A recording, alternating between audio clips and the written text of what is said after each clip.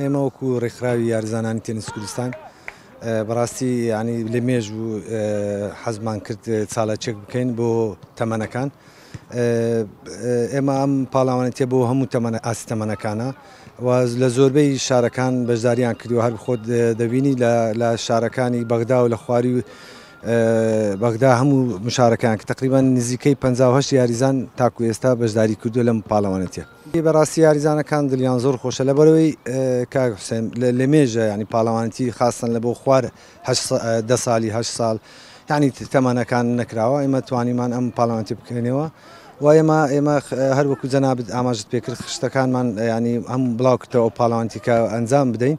ئێمە لە مانجی هەفت گەورەترین پاڵاوانەتیمان هەیە لەسەر ئاستی عێراق. ئێستا سپۆنسەرمان حازرە ئەم پاڵاوانەتیە بۆ با بڵێن متەقەدمینە و بۆ ڕووادا گەورەترین پاڵاوانێتیە و سپۆنسەریشمان حازرە لە مانجی هەفت لە شاری هەولێرە. پاشەوی لە مانجی هەشت لە شاری سلێمانی هەمان پاڵاوانتمان هەیە و لە مانجی نۆش لە شاری دهۆک پاڵاوانتیمان هەیە.